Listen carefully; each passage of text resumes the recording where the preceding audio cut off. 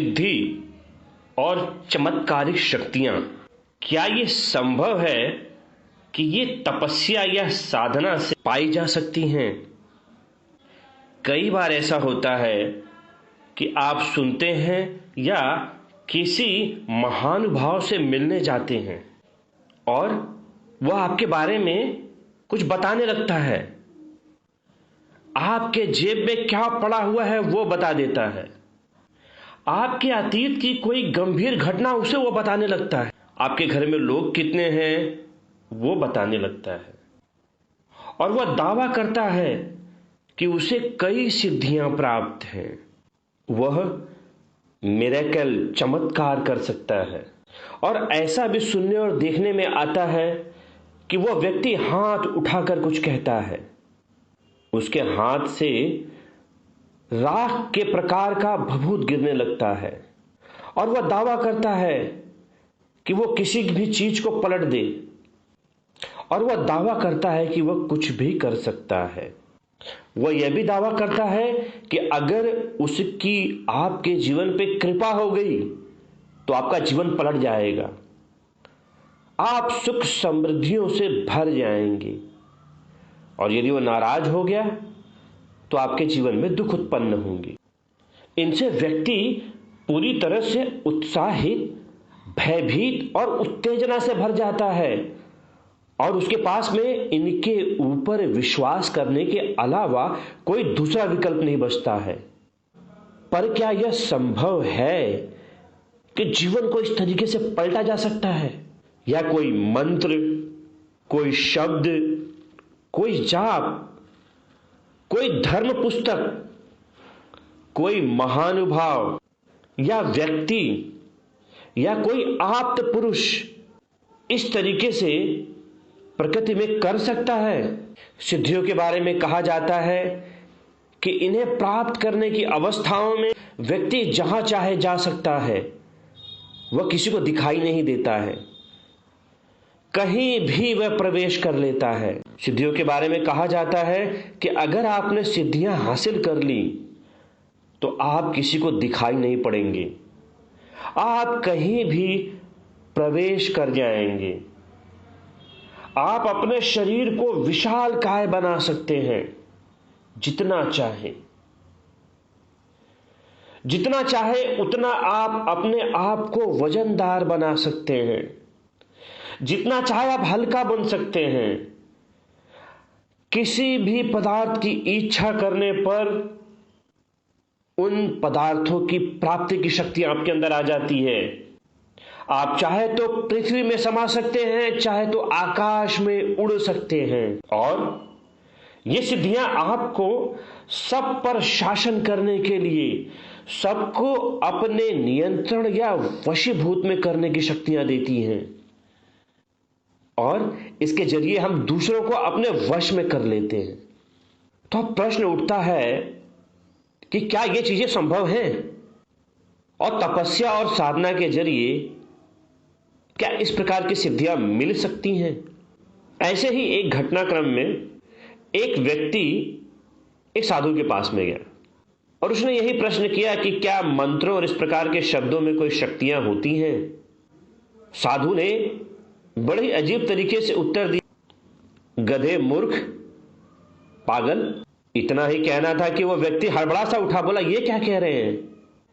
मैंने तो एक सामान्य सा प्रश्न किया और ये आप किस प्रकार की प्रतिक्रिया करें? मुझे आपको अपमानित करने का कोई अधिकार नहीं है। तब साधु ने कहा कि जब मेरे शब्दों से आप इतना आहत हो सकते हो तो मंत्रों में क्यों नहीं शक्ति होती है? मैंने कुछ शब्द कहा और उसका प्रभाव आप पर बड़े गहरे पड़ा। तो ये मंत्र क्या है? शब्द ही तो हैं और इनका प्रभाव होता है। इस प्रकार से देखें तो ये बात तो मानी तो जा सकती है कि निश्चित रूप से अगर हम कुछ मंत्रों का जाप या किसी चीज के बारे में अगर हम सोचें तो उनका प्रभाव पड़ता है। मगर ये कहां पड़ता है? क्या इस प्रकार की सिद्धियां भी मिल जाती हैं इसके जरिए? और क्या इनसे हम प्रकृति के नियमों को भी पलट सकते हैं? तो इसके बारे में निश्चित रूप से संदेह उत्पन्न होता है। क्योंकि साधु के द्वारा किए गलत शब्दों के उच्चारण से बाहरी जगत में कोई परिवर्तन नहीं हुआ, केवल उन शब्दों को सुनने की वजह से उस व्यक्ति के आंतरिक चित्त में परिवर्तन हुआ, उसके मन में परिवर्तन हुआ। तो यह बात हमें निश्चित रूप से समझनी पड़ेगी। चाहे हम किसी भी प्रकार की साधना या तपस्या करें, इनकी वजह से प्रकृति के नियमों में कोई फर्क नहीं पड़ता। जो भी फर्क पड़ता है ये केवल व्यक्ति के अंतर्मन में पड़ता है। प्रकृति जिन नियमों से चल रही है, जिस तरीके से चल रही है, वह उसी प्रकार से चलेगी। आप किसी भी तंत्र मंत्र साधना तपस्या के जरिए प्रकृति के नियमों को नहीं पलट सकते हैं। और क्या यह संभव है कि आप तंत्र मंत्र साधना या कुछ विशेष जाप या मंत्रों के उच्चारण या धार्मिक पुस्तकों की शक्तियों के संदर्भ में आप कहें कि जरिए जिसे सिद्धि प्राप्त हुई है, उससे यदि कहा जाए कि वो गंगा नदी के किनारे जाए और यह इच्छा करें गंगा का जल जिस दिशा में बह रहा है वो पलट जाए, वो उल्टी दिशा में बहने लगे, मतलब सागर की तरफ से चलकर वह हिमालय पर्वत की तरफ जाने लगे, तो क्या यह संभव है? क्या किसी सिद्धि से किसी प्रकृति के नियम को पलटा जा सकता है? निश्चित रूप से इसके बारे में संदेह ही उत्पन्न होता है। साधना तपस्या ये केवल व्यक्ति के अंतर्मन में प्रभाव डालते हैं। प्रकृति जो है वो अपने नियमों से चलती है, उन नियमों पर इनका कोई प्रभाव नहीं होता है। इसी से जुड़ी एक घटना का विवरण हमें बुद्ध के संदर्भ में भी मिलता है और इन्हीं प्रकार की घटनाओं का विवरण हमें बुद्ध के जीवन की एक घटना से बड़े विस्तृत रूप में मिलता है। एक बार राजगीर के एक श्रेष्ठी ने बहुत ऊंचे बांस पर एक बहुत मूल्यवान चंदन का कठीला काठ बांध दिया और यह घोषणा कर दी, जो हवा में उड़कर उसे उतार लाए यह उसी का हो जाए। अब कौन ला सके? बुद्ध के एक शिष्य भारद्वाज के मन में आया कि मैं इसे उतार लाऊं। वह उसे उतार लाया। लोगों ने उसकी बहुत प्रशंसा की। वह तथागत बुद्ध के विहार की ओर बढ़ चला। पीछे पीछे भीड़ उसकी जय जयकार करते आ रही थी।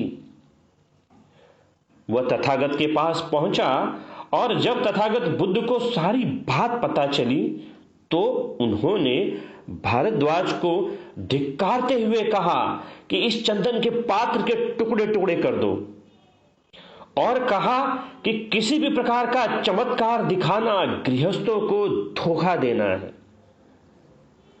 ऐसे लोग जो नित्य चमत्कार दिखाते हैं, सामान्य गृहस्थ उन्हें ईश्वर मान पूछते हैं। वे धर्म को नहीं चमत्कार को पूछते हैं। इस प्रकार धीरे धीरे धर्म नष्ट हो जाता है और ये रिद्धियां और चमत्कार ही कायम रह जाते हैं। भविष्य में कोई भी धर्माचार्य चमत्कार का प्रदर्शन ना करे, इससे धर्म की हानि होती है। यहां पे बुद्ध का जो व्यवहार है वह कई प्रकार की बातों को समझाता है कि अगर व्यक्ति ने इस प्रकार का चमत्कार किया तो उसके प्रति बुद्ध का ऐसा रवैया क्यों था? आखिर क्यों वो भारद्वाज के ऊपर नाराज हुए? जाहिर सी बात है कि बुद्ध जानते थे कि इस कुदरत, इस प्रकृति में चमत्कार संभव ही नहीं है और इन चमत्कारों के जरिए ही सीधे साधे लोगों को ठगा जाता है। आज भी अगर हम देखें तो ये जादूगर जिस प्रकार से जादूगरी की क्रियाएं दिखाते हैं, अगर आप इनसे पूछें या भारत के या विश्व के जो सबसे बड़े जादूगर हैं उनसे अगर ये पूछा जाए कि क्या आपने इसे कैसे किया या आपके पास में कोई चमत्कारिक सिद्धि है, तो निश्चित रूप से वे कहते हैं कि ऐसा संभव ही नहीं है। ये केवल हाथ की सफाई होती है कि वे प्रकृति के नियमों को अच्छी तरीके से जानते हैं और फिर उसमें परिवर्तन कर वे जनता के सामने प्रस्तुत करते हैं। इसके पीछे कोई ना कोई सफाई रहती है। वास्तविक में प्रकृति के नियमों को तोड़ा नहीं जा सकता है। यहां पे किसी भी प्रकार का चमत्कार नहीं हो सकता है, क्योंकि चमत्कार संभव ही नहीं है। नियमों को तोड़ा ही नहीं जा सकता है, यह अटल है। ठीक इसी प्रकार से जैसे हम दो संख्याओं को जोड़े, 3 में यदि 2 की संख्या जोड़ी जाए तो केवल 5 उत्तर आता है, लेकिन हम इस प्रकार के भ्रम के जरिए यह कल्पना करते हैं कि 6 उत्तर आ जाए, 7 आ जाए, 2 आ जाए, 8 आ जाए, 10 आ जाए, जो हमारी इच्छा है वो हो जाए, और इस प्रकार की घटनाओं के जरिए हमारे अंदर की जो इच्छा है वो पूरी हो जाए। तो यह संभव नहीं है। तो अब आगे देखते हैं कि आखिर इस प्रकार की चीजें विद्यमान क्यों हैं और ये किस प्रकार से अपना प्रभाव डालती। लगभग सभी धर्मों में किसी न किसी स्तर पर कर्म और उसके द्वारा होने वाले प्रभाव को स्वीकार किया गया है कि जैसे व्यक्ति के कर्म होंगे वैसे ही उसकी गति होगी, और ये जो कर्म है ये हमारे विचारों से प्रेरित होते हैं, और ये बड़ा सीधा और सरल समीकरण है। अब चूंकि कर्म करने में संघर्ष करना होता है, तो कई बार ऐसा होता है कि हम इस संघर्ष के रास्ते को थोड़ा सा संक्षिप्त बनाते हुए अलग प्रकार की प्रक्रियाओं में लग जाते हैं। हम ईश्वर को मानने लगते हैं और ये मानते हैं कि कोई तंत्र, कोई साधना या ईश्वर के प्रति की गई आरती, प्रे, इबादत, पूजा, मंत्र या जाप, इनके जरिए हम प्रयास करते हैं कि ईश्वर को प्रसन्न करके अपने जीवन पर प्रभाव डालें और अपने जीवन में हमारे होने वाले घटनाक्रमों को बदल दें। हम उम्मीद की निगाहों से देखते हैं कि कोई आप्त पुरुष, महानुभाव, चमत्कारिक व्यक्ति हमारे ऊपर कृपा कर दे। कई बार इस बहस में यह तो माना जाता है कि मंत्र या शब्दों का उच्चारण हमारे आंतरिक मन को प्रभावित करते हैं। ईश्वर की पूजा हमारे आंतरिक मन को प्रभावित करती है, थोड़े समय के लिए हमें शांति और राहत देती है, और फिर इस बदले हुए विचार से जो हम कर्म करते हैं उसका प्रभाव हमारे ऊपर पड़ता है। तो यहां पर सबसे बड़ी खास बात है कि क्यों हम इस प्रकार के भ्रम जाल में फंसे। हम सीधे सीधे उसी मन स्थिति, उसी चित्त, उसी अंतर्मन को समझकर आगे बढ़ें। क्या आवश्यकता है कि हम किसी शब्दों के जरिए, कोई मंत्र के जरिए, कोई साधना के जरिए, कोई इबादत के जरिए, कोई पूजा के जरिए, कोई आरती के जरिए इन्हें बदलने की उम्मीद करें? क्या आप ईश्वर के प्रति इन्हें प्रस्तुत करें और फिर ईश्वर की इच्छा होगी तो वो पलटेगा, और अगर ईश्वर की इच्छा नहीं हुई तो वो संदेह के घेरे में घिरा रहेगा। इन सब को छोड़कर हम सीधे सीधे अपने अंतर्मन की तरफ बढ़े और उसे बदलें, क्योंकि ये सब विषय वस्तुएं एक प्रकार से मिथ्या दृष्टि को उत्पन्न करती हैं कि जहां पर हमें आगे बढ़ना है उसके प्रति अलग प्रकार की दृष्टियों को उत्पन्न करती है और हम भ्रम में भटकने लगते हैं। क्योंकि कोई भी व्यक्ति या कोई भी इष्ट पुरुष कर्म को नहीं ठुकरा सकता है कि जैसे अगर आपके कर्म होंगे वैसी ही गति होगी। इस सिद्धांत को कोई भी धर्म, व्यक्ति, विचार ठुकरा नहीं सकता। तो फिर हम इस प्रकार से भ्रम क्यों उत्पन्न करें? जाहिर सी बात है कि जब हम ध्यान और तपस्या की विधियों में बैठते हैं तो हम इन्हीं प्रकार की चीजों को अपने ध्यान में लाते हैं। कोई मंत्र का जाप, कोई शब्दों का जाप, कोई धर्म पुस्तक के बारे में जाप, या किसी ईश्वर का जाप और खुदा के बारे में ध्यान करना, या कोई धर्म पुरुष का ध्यान करना, उसे कोई शक्ति मिल गई है। इस प्रकार की चीजों में हम लिप्त होते हैं।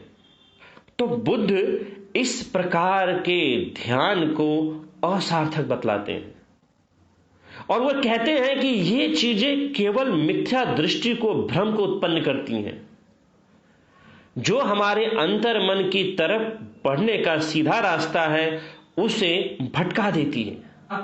और ऐसे ही भ्रम बुद्ध के समय भी लोगों को उत्पन्न होते थे।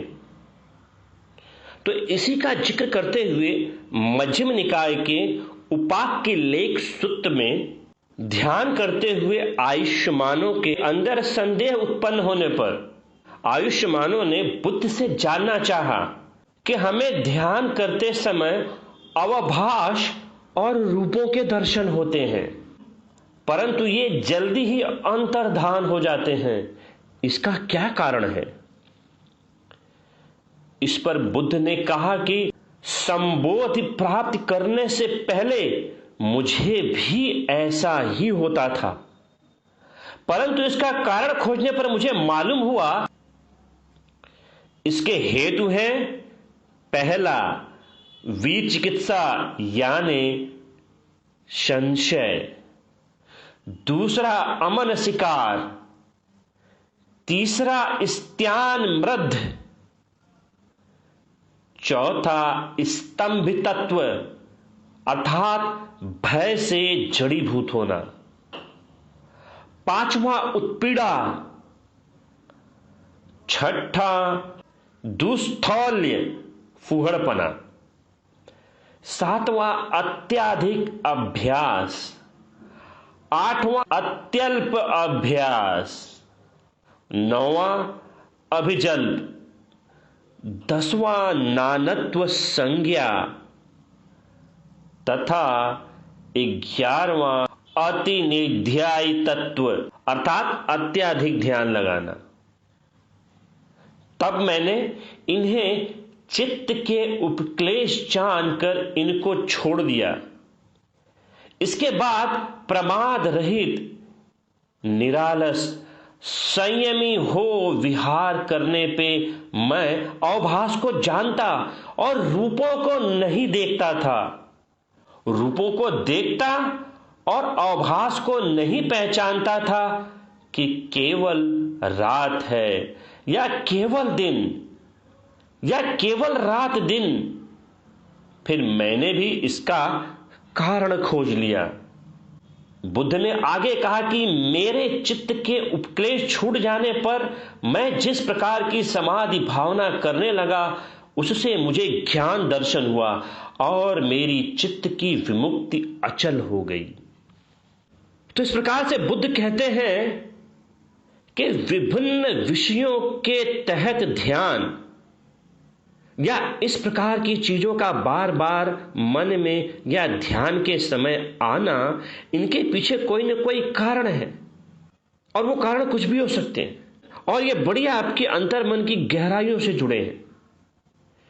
एक बार उसे समझ लेने के बाद फिर हम सही तरीके से आगे बढ़ सकते हैं, क्योंकि विभिन्न विषयों या संज्ञाओं के साथ में किया गया ध्यान कभी भी श्रेष्ठ नहीं कहा जा सकता है और हम अपने अंतर मन के बंधनों को उसे मुक्त नहीं कर पाएंगे। वह सदैव बंधन में ही बंधा रहेगा, वह उससे निकल ही नहीं पाएगा। तो इसीलिए बुद्ध इन सभी को ध्यान में लाने के लिए मना करते हैं कि किसी भी विषय वस्तु का ध्यान मन में नहीं लाना चाहिए। सभी प्रकार की संज्ञाओं का निरोध होना चाहिए। कोई भी विषय वस्तु संज्ञा अस्तित्व ध्यान के समय नहीं आनी चाहिए और इस प्रकार की चीजें आ रही हैं तो उन्हें सही तरीके से समझकर उन्हें निकाल कर ही आगे बढ़ना चाहिए, नहीं तो आगे की अवस्थाओं को हम प्राप्ति नहीं कर पाएंगे। और फिर बुद्ध सही तरीके से ध्यान को विपश्यना के रूप में समझाते हैं कि विपश्यना का वास्तविक अर्थ क्या होता है और किस प्रकार से हमें ध्यान करना चाहिए। इसी को समझाते हुए वे दिघ निकाय के महापरिनिब्बाण सूत्र के अंतर्गत बुद्ध कहते हैं कि स्मृति और सप्रज्ञान के साथ विहार करो, यही हमारा अनुशासन है। फिर यह भी उन्होंने समझाया कि स्मृतिमान कैसे होते हैं और संप्रज्ञानी कैसे।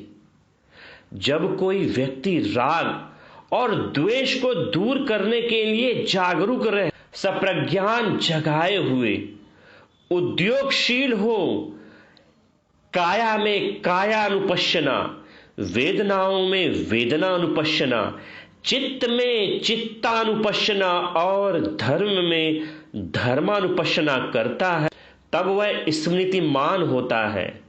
और जब वह चलते फिरते, उठते बैठते, खाते पीते, सोते जागते, शरीर की हर अवस्था में किसी भी प्रकार की शारीरिक क्रिया करते हुए अपने बारे में संपूर्ण जानकारी बनाए रखता है, तब वह सप्रज्ञानी होता है। तो विपश्यना जो है ये केवल आधे 1 घंटे का अभ्यास नहीं है, ये पूरी दिन रात सदैव चलने वाली प्रक्रिया है। आप विपश्यना के जरिए पूरी तरह से गहराई से जुड़ जाते हैं और 24 घंटे आप इस प्रकार की प्रक्रियाओं को करते हो। कई बार लोगों को यह भ्रम उत्पन्न होता है कि यह विपश्यना केवल बैठकर सुबह की आधे 1 घंटे केवल सांस की प्रक्रियाओं को देखना ही है। नहीं, ऐसा नहीं है। ये केवल इसके पहले चरण का प्राथमिक अभ्यास है। विपश्यना पूरे दिन लगातार चलती है। और यहां पर एक सबसे बड़ी महत्वपूर्ण देखने वाली बात है कि विपश्यना और ध्यान में एक बड़ा ही गहरा अंतर है। ध्यान के जरिए व्यक्ति को यह आभास कराया जाता है कि उसे कोई शक्ति प्राप्त हो रही है, हालांकि ऐसा कुछ होता नहीं। वहीं पर विपश्यना का सीधा और सरल अर्थ है इस जीवन को विशेष प्रकार से देखना। विपश्यना 2 शब्दों के योग से बना है, पहला वी और दूसरा पश्यना। वी का अर्थ है विशेष और पश्यना का अर्थ है देखना, अर्थात विशेष प्रकार से देखना।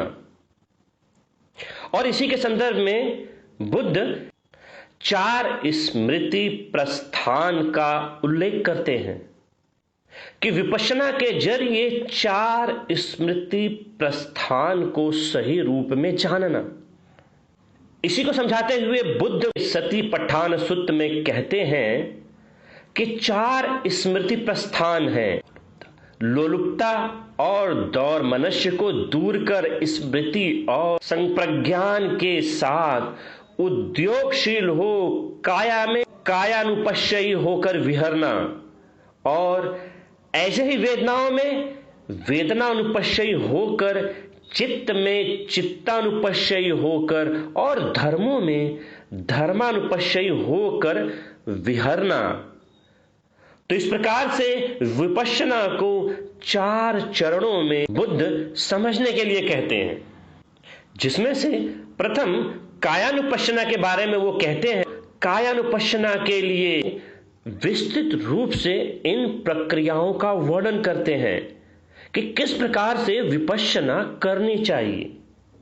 और वे कायानुपश्यना के खंड में कहते हैं कि कायानुपश्यना के लिए किसी निर्जन स्थान पर जाकर पालथी मार, शरीर को सीधा रख, मुख के इर्द गिर्द जागरूकता बनाए रख, नैसर्गिक तौर पर आने जाने वाले श्वास को जानने का काम शुरू करना है, और फिर सारी काया को अनुभव करते हुए और तदुपरांत काया पर होने वाले उपद्रवों के शांत होने पर श्वास लेना व छोड़ना सीखता है।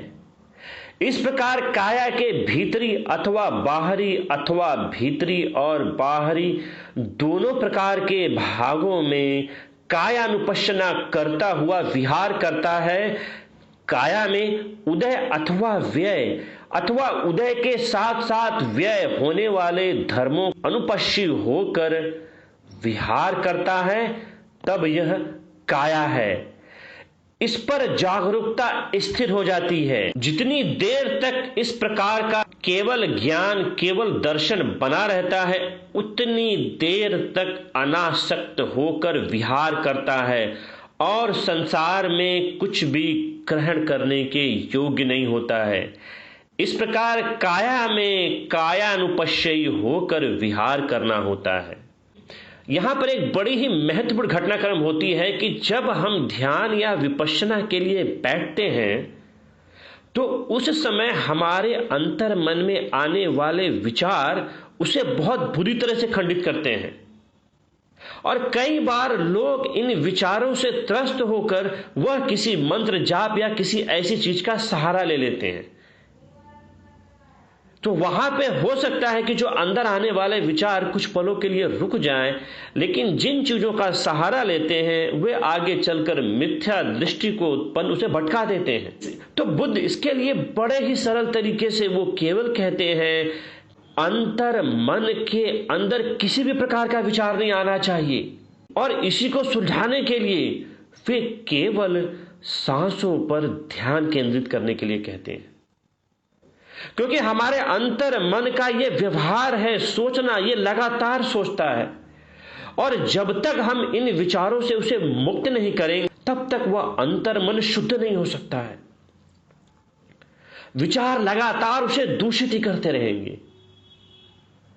तो सांसों के जरिए बुद्ध यह अभ्यास कराने का प्रयास करते हैं कि सांसों को जानने के जरिए इन विचारों को अंतर मन में आने से रोकें और सबसे बड़ी बात, इनके प्रति जागरूक होने का अभ्यास करें। सांस आ रही है तो आ रही है, सांस जा रही है तो जा रही है। न इसे जल्दी जल्दी लेना, न इसको धीरे धीरे लेना है। बस जैसा आ रही है और जा रही है वैसे ही इसे देखना। कि ये एक प्रकार का केवल अभ्यास है कि प्रारंभिक स्तर पर किसी भी व्यक्ति को इस प्रकार के प्रयास में बहुत ही कठिनाइयां उत्पन्न होती हैं, क्योंकि इसके आगे की जो विपश्यना की विधियां हैं वो बड़ी ही जटिल हैं। तो उन्हें सरल करने के लिए केवल बुद्ध सांसों को देखने की बात कहते हैं कि ये कैसे चल रही हैं, इन्हें वैसे ही देखना। इनसे दो प्रकार के अनुभव प्राप्त होते हैं। पहला, हमारा मन टिक जाता है, वह सोचना बंद कर देता है या धीरे धीरे उसमें कमी देखी जाती है और वह टिकने लगता है। और दूसरा कि सांसों को आते जाते देखते हुए हमें धीरे धीरे यह अभ्यास होता है, हमारे शरीर, हमारे अंतर, इस जगत में जो घटित हो रहा है उसे वैसे ही देखें जैसे हम सांसों को देख रहे हैं। यह प्रकार का अभ्यास है जो निरंतर करने पर और ही मजबूत होता जाता है। सांसों के अलावा शरीर के विशेष अनुभूतियों को महसूस करना, शरीर में होने वाली स्थूल और सूक्ष्म संवेदनाओं को जानना कि पूरे शरीर में किस प्रकार से संवेदनाएं उत्पन्न हो रही हैं, नष्ट हो रही हैं। सर से लेकर धीरे धीरे नीचे पैरों तक हर एक जगह स्थूल व सूक्ष्म संवेदनाओं को महसूस करना। और फिर यह प्रक्रिया पूरे दिन चलती है। ध्यान की अवस्थाओं के बाहर आने के बाद भी यह चलती रहती है। और इसी संदर्भ में फिर से बुद्ध सतिपट्ठान सूत्र में आगे कहते हैं कि फिर केवल बैठे बैठे ही नहीं, चलते फिरते, खड़े रहते, लेटे लेटे अथवा शरीर के अन्य अवस्थाओं में भी इन अवस्थाओं को यथाभूत जानते हुए कायानुपश्यना की जाती है। और फिर इससे भी आगे बढ़कर हर प्रकार की शारीरिक क्रिया सप्रज्ञान बनाए रख कायानुपश्यना करनी होती है। शरीर के भीतर अशुचि यानी प्रतिकूल विषयों को आलंबन बनकर उक्त प्रकार से कायानुपश्यना करनी होती है। इस प्रकार से कायानुपश्यना केवल एक प्राथमिक प्रयास है जिसके जरिए हम अपने मन में कोई भी दूसरा विचार आने नहीं देना और किसी भी प्रकार के संज्ञा के साथ में ध्यान की अन्य अवस्थाओं में आगे बढ़ना, ताकि हम मिथ्या दृष्टि से बच सकें। और जो हमारे मन में लगातार विचार आ रहे हैं, इन्हें विताका और विचारा के जरिए एक जगह टिकाए रखना कि यदि हमारा ध्यान करते समय ध्यान भटक रहा है तो उसे पुनः आप अपनी सांसों पर लाएं और फिर सांसों पर लाने के बाद उससे वहीं पर टिकाए रखें। फिर आगे बुद्ध वेदना अनुपश्यना के बारे में महासतिपट्ठान सूत्र में समझाते हुए कहते हैं कि वेदना अनुपश्यना करते समय जैसे भी वेदना अनुभव हो, सुखद दुखद, दुखद सुखद, शामिश निरामिश, उसे प्रज्ञा पूर्वक यथाभूत जानना होता है और पूर्वतः भीतर बाहर सर्वत्र उदय व्यय की अनुभूति के साथ विहार करना होता है, जिससे जागरूकता स्थिर होकर केवल इसी बात का ज्ञान अथवा दर्शन प्राप्त हो। यह वेदना है। वेदना अनुपश्यना विपश्यना का बड़ा ही प्रमुख अभ्यास है। हमारे जीवन में जब घटनाएं घटित होती हैं तो उन घटनाओं की वजह से हम कई बार अपने जीवन में बहुत दुखी हो जाते हैं या बहुत ही खुशीपन का एहसास करते हैं। और इन प्रक्रियाओं के दौरान एक चीज हमारे साथ में होती है कि हम इन्हें भोक्ता भाव से ग्रहण करते हैं, अर्थात इनकी खुशियों में खो जाते हैं और इनके दुख में तड़पते हैं, छटपटाते हैं। तो यहां पर बुद्ध कहते हैं कि अब इन्हें भुगतने के भाव से बाहर निकलना है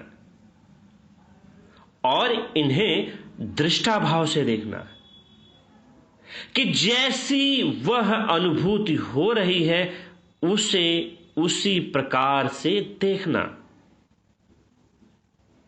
अगर सुखद है तो सुखद है, दुखद है तो दुखद है, और अगर किसी भी प्रकार की प्रतिक्रिया नहीं हो रही है तो इसका भी आभास होना। इन सभी अनुभवों को प्रज्ञा के सहारे जानना। उदाहरण के तौर पे जैसे कोई आपका प्रियतम या कोई आप अन्य पहचानने वाला, उसकी मृत्यु हो गई है और आप वहां गए हैं, आप वहां पर देख रहे हैं शव पड़ा हुआ है, तो यहां पर केवल ये विचार आना कि शव पड़ा हुआ है, बस उतना ही। उस दुख का एहसास आपको हो रहा है, बस उतना ही। ये चीजें आपके अंदर हो रही हैं, बस इतना ही जानना है। उसे देखना है कि ये दुख है और कैसे वह प्रियजन आपका था और उसकी मृत्यु होने के पश्चात आपको दुख उत्पन्न हो रहा। केवल इसे देखना है और जो हो रहा है उसको उसी रूप में देखना। ना इस पे बहुत विलाप मचाना है, ना ही छटपटाना है, अरे क्या हो गया मेरे साथ, ऐसा नहीं होना चाहिए, मेरा प्रियजन चला गया। इस प्रकार की बातों का ना कोई लाभ है और ना ही इनको विचार में लाना है। ये व्यर्थ में आपकी व्याकुलता को बढ़ाएंगे, क्योंकि एक बात तो निश्चित रूप से हम जानते हैं कि जो कोई इस दुनिया में आया है उसे जाना है, तो व्यर्थ में इतना विलाप क्यों? जो चला गया है वो चला गया। इस परिस्थितियों में यथाभूत रहना, ये जीवन में होने वाली घटनाक्रम है। जिसका जन्म होगा उसकी मृत्यु होगी। इनके प्रति व्याकुलता को नहीं आने देना, समभाव बनाए रखना, अपने अंतर मन में होने वाली सभी भी प्रकार के वेदनाओं के प्रति जागरूक रहना और उन्हें घटित होते हुए देखना। यह किस प्रकार से आपको प्रभावित कर रहे हैं, केवल उतना ही।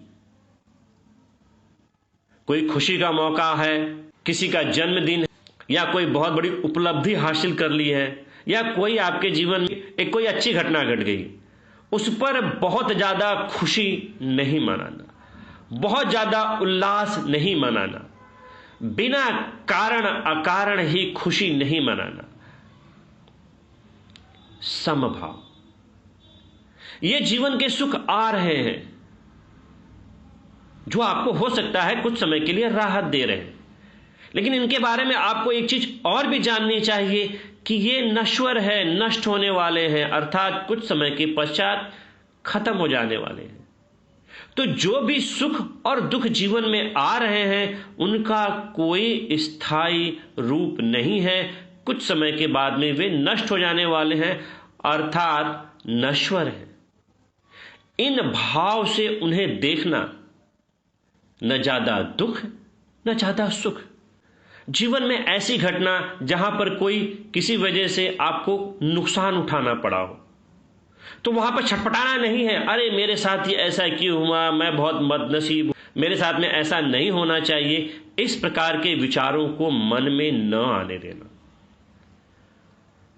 चाहे सुख हो चाहे दुख हो, दोनों परिस्थितियों में समभाव अर्थात दृष्टा भाव से देखना। अपनी सुखद परिस्थितियों के प्रति किसी भी प्रकार का चिपकाव ना उत्पन्न करना और उनके तृष्णा के दलदल में ना फंसना।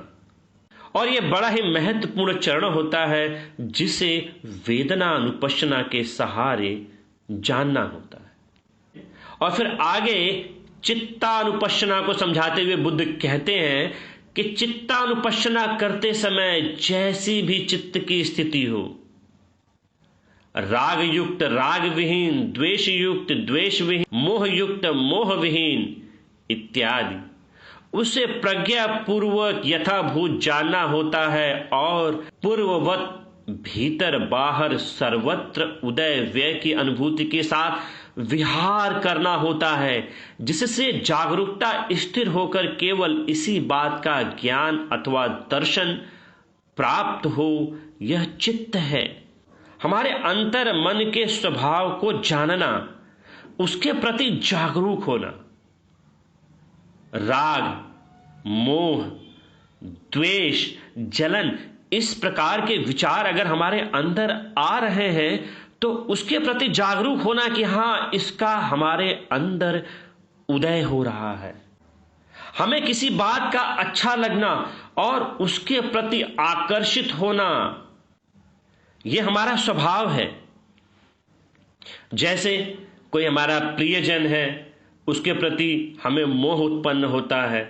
पत्नी या प्रेयसी के भाव में वासना का होना, इस प्रकार के किसी भी भाव को शरीर में उत्पन्न होते ही उसे तुरंत जानना, उसके प्रति जागरूक होना कि अब यह भाव उत्पन्न हो चुका है, अब आपको क्रोध आ गया है और अब यह आगे बढ़ रहा है।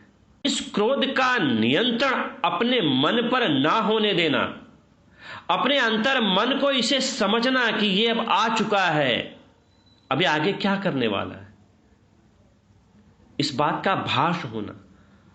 आप अगर किसी को देखकर जलन में जा रहे हैं तो यह भावों का उत्पन्न होना और इसके कारणों को जानना कि आखिर यह क्यों हो रहा है, इसके प्रति जागरूक होना। यहां पर यह महत्वपूर्ण नहीं है कि यह भाव अच्छा है बुरा है, या इसके प्रति क्या प्रतिक्रिया होनी चाहिए, या इस प्रकार के गंदे विचार आपके अंदर क्यों आ रहे हैं, या इनके प्रति क्या करना चाहिए, इन पे उतना दिमाग नहीं खपाना। सबसे पहले तो ये जानना महत्वपूर्ण है कि ये चीजें आपके साथ में घटित हो रही हैं। ये तृष्णा उठी और उसने अपने आप को मन में वश किया और आपके अंदर तीव्र इच्छा प्रबल हुई और वह आगे बढ़ी। इस चीज को जानना, इसे देखना, इसे समझना, चित्त के व्यवहार को जानना, यह बड़े ही महत्वपूर्ण घटनाक्रम है जिन्हें हम महसूस करते हैं विपश्यना के दौरान। धीरे धीरे जब हम इन चीजों को देखने लगते हैं तो हमें इनकी प्रवृत्ति पता चलती है कि ये आ रही हैं, जा रही हैं और हमारे जीवन में व्याकुलता को उत्पन्न कर रही हैं।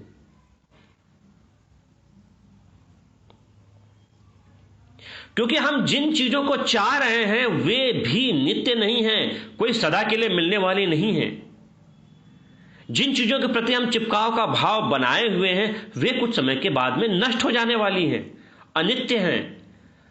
प्रकृति के बाहर भी सभी घटनाक्रमों में यह अनित्यता हमें दिखाई देती है और हमारे आंतरिक मन में भी यही अनित्यता दिखाई देती है। यह सत्य है।